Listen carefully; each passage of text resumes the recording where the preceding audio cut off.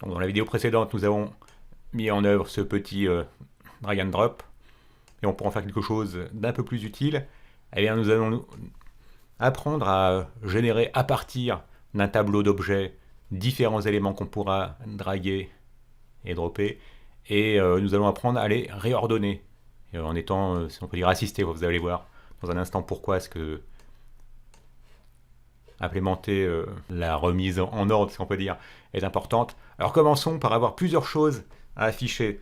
Donc nous allons nous créer un tableau d'idées, ce sera un tableau d'objets, et chaque idée aura son propre ID, un titre.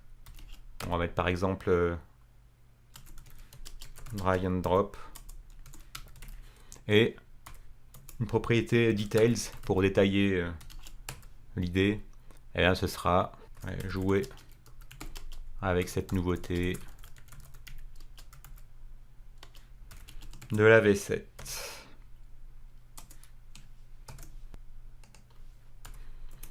On va ajouter deux autres idées. La deuxième, ce sera, il y a une autre nouveauté d'Angular 7, c'est le virtual scroll. Scroll ou scrolling, on va mettre scroll.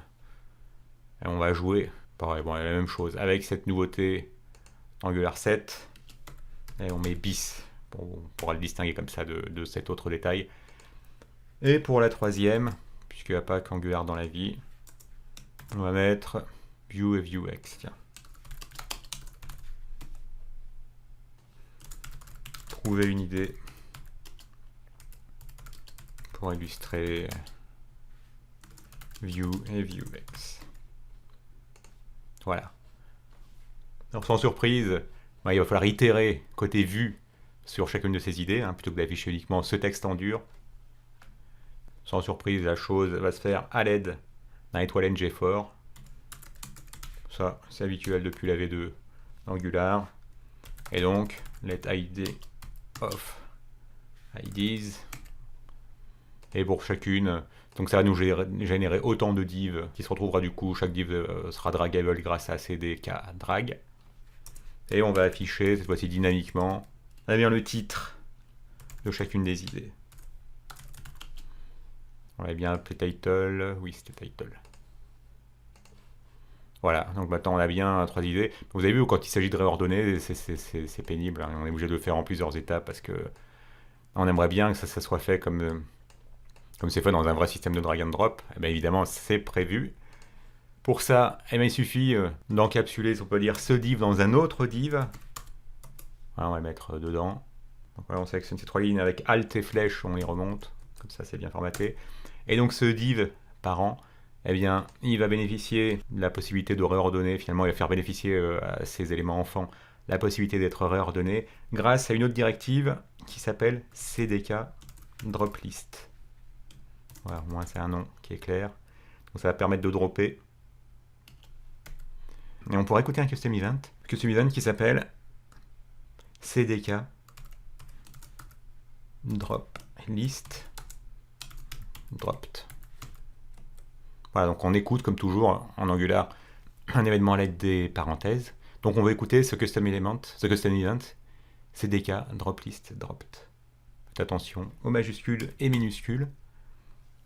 Et donc lorsque cet événement se produira, on voudra appeler une méthode qu'on va créer dans un instant qu'on décide d'appeler drop, et à laquelle on passera ce $event qui doit vous être familier si vous avez étudié la création d'output parameters et de leur event emitters.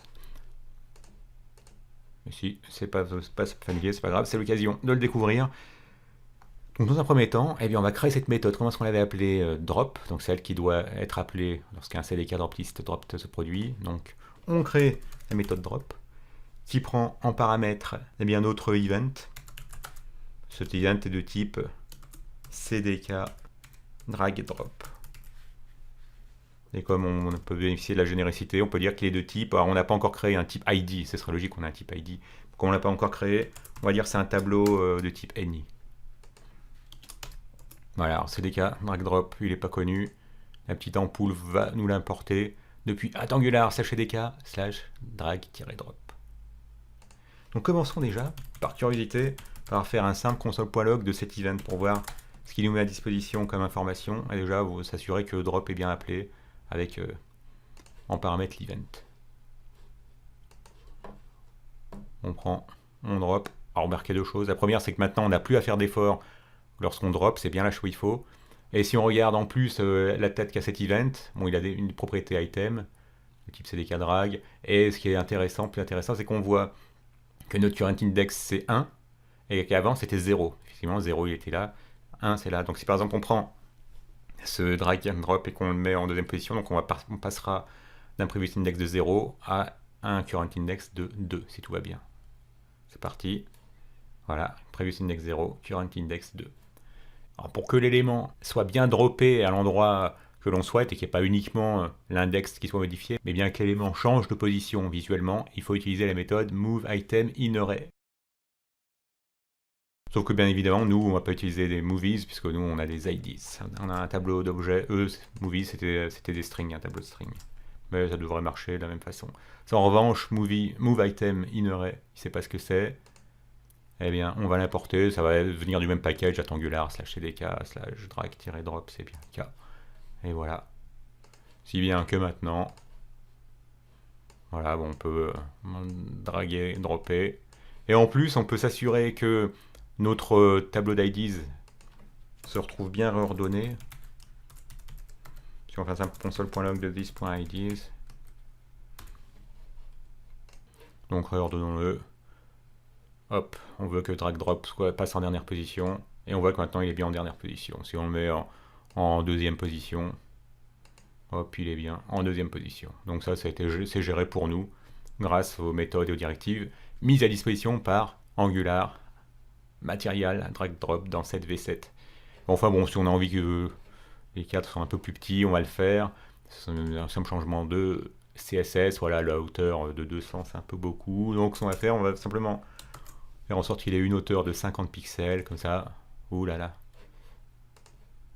Ah. Voilà. Voilà, donc comme ça on pourra avoir plus de tâches, mettre plus de tâches. Donc voilà, pour pouvoir bénéficier de la possibilité de réordonner facilement nos tâches, eh bien si on récapitule, il nous a suffi d'ajouter un div parent, finalement, qui encapsule ce div enfant, de lui ajouter la directive cdk droplist, d'écouter un custom event cdk droplist dropped, et qui nous permet d'appeler ensuite une méthode qu'on a essayé d'appeler drop, et de lui passer le $event qui lui comporte plein d'informations qui nous étaient utiles comme le previous index et current index, et d'utiliser cette méthode moveItemInArray en passant ce qu'on avait envie de réordonner, donc ce tableau d'objets, et lui passer en deuxième argument le previous index qui est mis à disposition par l'event, et en troisième argument le current index. Voilà, de nouveau, si vous avez aimé cette vidéo et souhaitez en avoir davantage, il y a un petit pouce vers le haut. Et n'hésitez pas à partager auprès de collègues qui sont également intéressés par les nouveautés d'Angular 7.